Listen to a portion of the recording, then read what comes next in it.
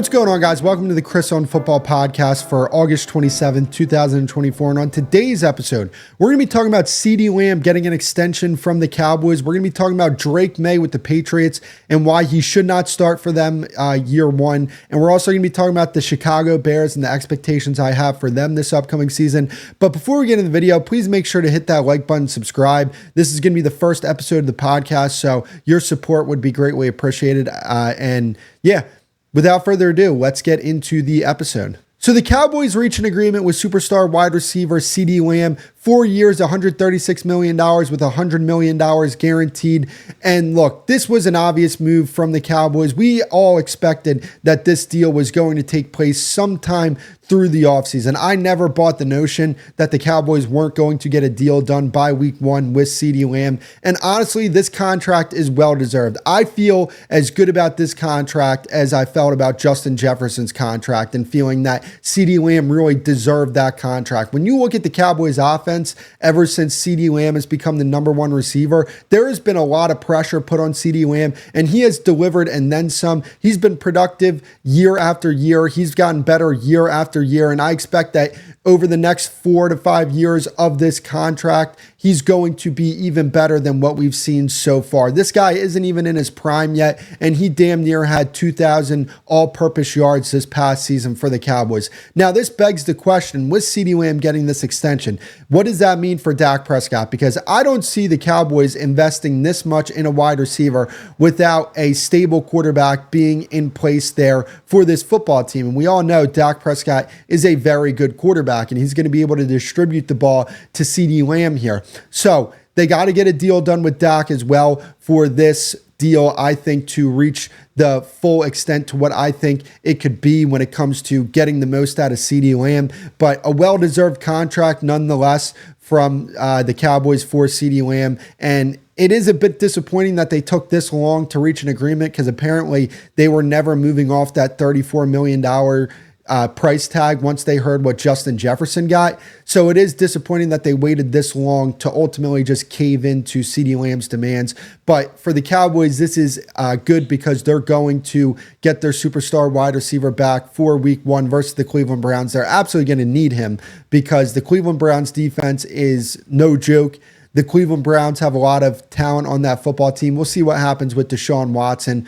But yeah, overall, this is good for the Cowboys. Now, when you look at the Cowboys and these three deals, they're going to be able to get all three of these guys done. Dak Prescott, CeeDee Lamb, and Micah Parsons. When you look at their salary cap numbers over the next few years here, they have plenty of salary cap space. And I understand that a lot of that salary cap, probably about 30-40% of that salary cap, is going to be occupied by the contracts of Dak Prescott, Micah Parsons, and CeeDee Lamb.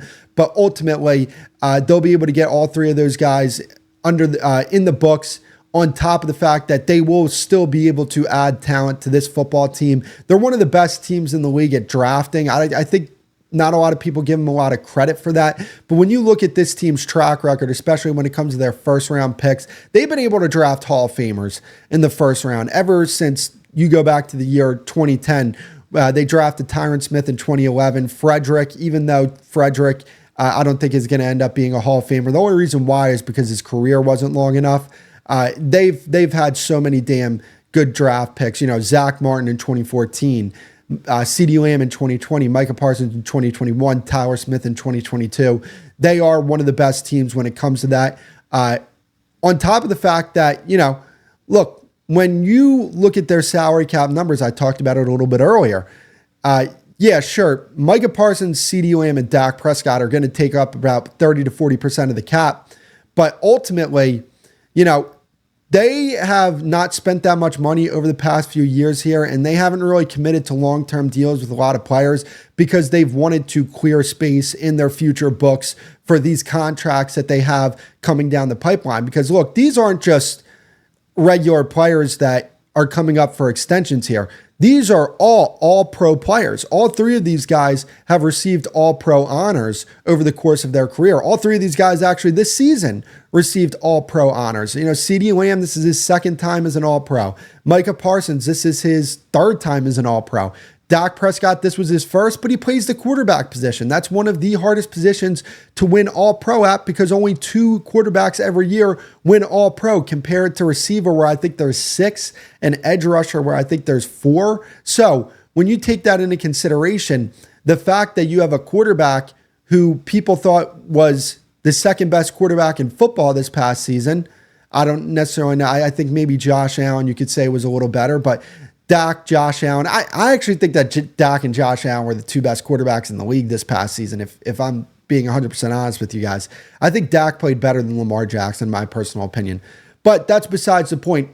Dak Prescott is for certain a top 10 quarterback in this league, and those guys do not grow on trees. I understand that the Cowboys had a smooth transition between Tony Romo and Dak Prescott, but that's not something you can just bank on, right? An argument that I hear when it comes to moving on from Dak Prescott is, oh, well, you can just find Brock Purdy or you can find another Dak Prescott.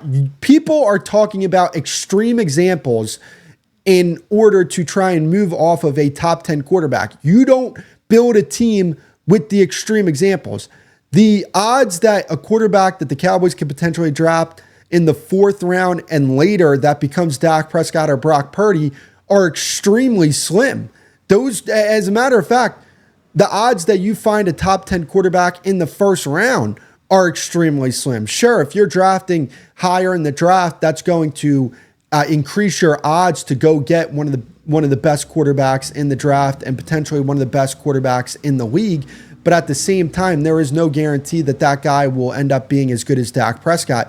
So from that standpoint, they have to get that deal done in short order here because, if he hits free agency, it's open season. Now, I don't think Jerry Jones is afraid of free agency. I think he'll match whatever offer comes his way when it comes to Dak Prescott.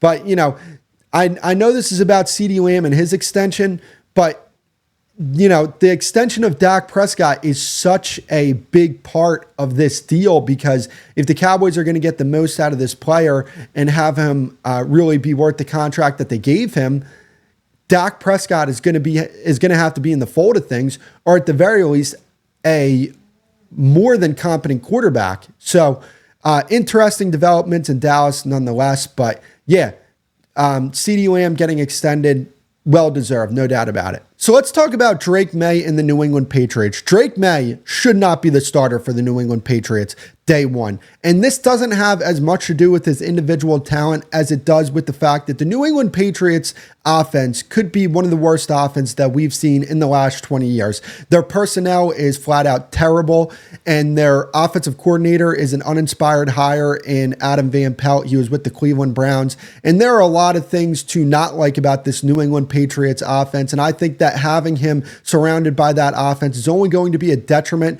for Drake Maye and his development. And I do believe that situation affects potential. And because of that, I think that Drake Maye is going to be worse off if he does get these live game reps with the offense that he's surrounded by, with the conference that he plays in the AFC and the division he plays in the AFC East. It's one of the better divisions in football, in my personal opinion. I think that it would be a massive detriment to Drake Maye if you put him out there. And for sure, there are some things that he needs to work on. And he's still a young quarterback, right? The Patriots selected him high, so there is pressure to play him right away. I don't think that the Patriots should succumb to that pressure, and they should make the right decision and decide to have him sit this year out, go into the draft an offensive lineman, maybe trade back in the draft. You're going to have a high pick in the 2nd round. Go draft an interior offensive lineman. You can find good interior offensive linemen at the top of the 2nd round. Go in free agency next year, get some offensive linemen, go get you another receiver. And I think that it would be a much better situation for him the following season, because we saw what happened to Bryce Young this past season for the Carolina Panthers. And when you watch Bryce Young's tape, he has some talent. He's not a bad football player, but he was surrounded by a terrible offense with an uninspired play caller in Frank Reich. And I think that that really affected his potential. And I think that if the New England Patriots go ahead and make Drake Maye the day one starter, it could potentially have the same effect on Drake Maye. Now, I do believe in the talent as a whole, right? He's a very mobile quarterback. He has some really good arm strength. He can work on his accuracy, sure. But at the same time, I do believe that ultimately he will become a good quarterback in the NFL. I just don't think he's ready day one from an individual performance standpoint on top of, the offensive talent being so bad. Now, New England is interesting because they're going into this season with a new head coach in Gerard Mayo, right? This is the post-Belichick era. This is the first year of the post-Belichick era. And the Patriots are going to have a lot to prove here in the upcoming years, right? This is an organization that has treated their fans very well when it comes to postseason success. I mean, they have 6 Super Bowls. So this fan base isn't necessarily going to be patient in terms of having this team return to relevancy, because over the past few years, ever since Brady has left, sure, they had a year where they made the playoffs with Mac Jones, but ultimately this team has been flat out irrelevant, right?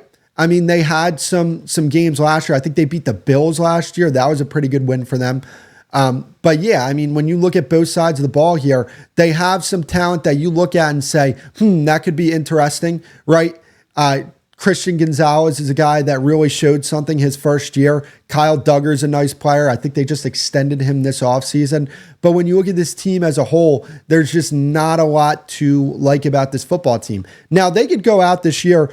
Javon Baker and Jalen Polk could prove that they're legitimate receivers in the NFL. And that's great. Prove that with Jacoby Brissett. Prove that with Bailey Zappi. Prove that with somebody other than Drake May, right? Because even if those guys are legit receivers, I still don't see this team, having a capable enough offense to put a guy who does need some work in Drake May. And when I say does need some work, I'm not saying that when that work is completed with Drake May, that he won't be a really good quarterback. I mean, I had Drake May. I think he was my 3rd or 4th prospect in this past draft. I had him as the 2nd quarterback in the draft. I thought he was better than Jaden Daniels. I would have drafted Drake May over Jaden Daniels. I think he's a better quarterback. But overall, you do have to look around and say, if you're the New England Patriots, we just don't have enough here. And there's nothing wrong with saying that and saying, hey, we don't want to put our young quarterback at risk. And that's ultimately the way I look at this when it comes to the Patriots. So let's talk about the Chicago Bears. The Chicago Bears are interesting because I don't know how good this team is going to be this upcoming season. This team, to me, has the biggest discrepancy between what their ceiling could be and what their floor could be. Because at the ceiling, I think this team could win 12 games. But at their floor, they could win 6 games, right?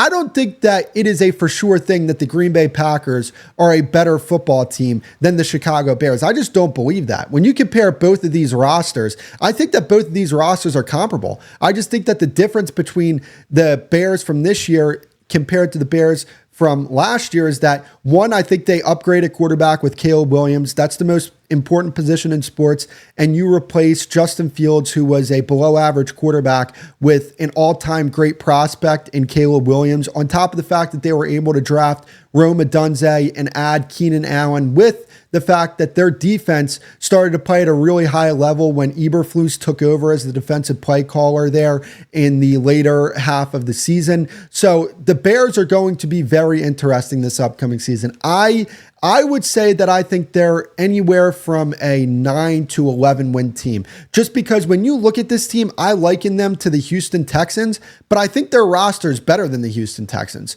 right? But I'm not sure that Caleb Williams day one is going to be a better quarterback than CJ Stroud was, just because CJ Stroud as a pocket passer was very mature for his age. I don't necessarily see that being the case with Caleb Williams. I think that he'll turn into a very good pocket passer. And I think what this guy can do out of structure and the plays he can make when a play breaks down is the difference between him and CJ Stroud. I don't think CJ Stroud comes close to Caleb Williams as an out of structure playmaker. And I think that Caleb Williams can work on some of his pocket presence and pocket prowess.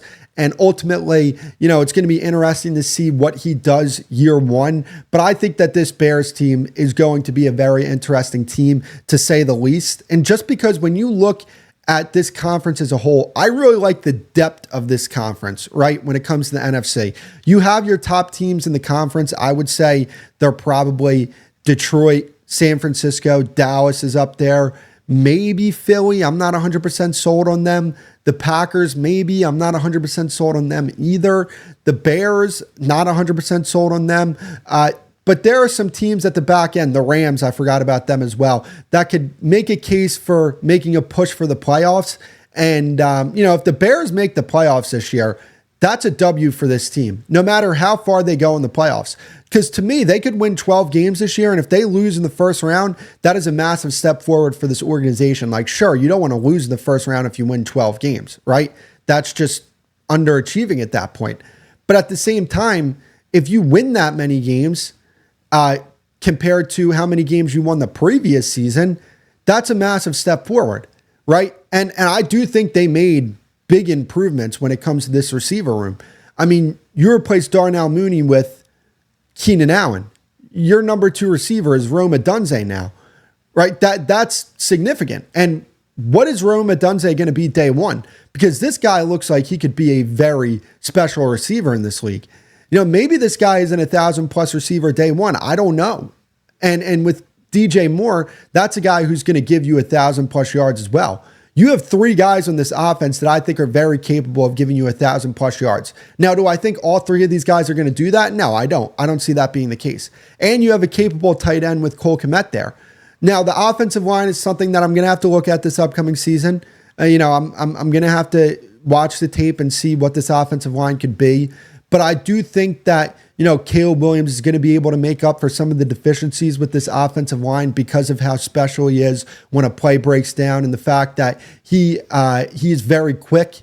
Like when a play breaks down and he's got edge rushers or defensive tackles coming at him, he's able to evade those defenders. And it's like a quick twitch reaction kind of from that standpoint when it comes to Caleb Williams. So, there's a lot of things to like about this Chicago Bears team.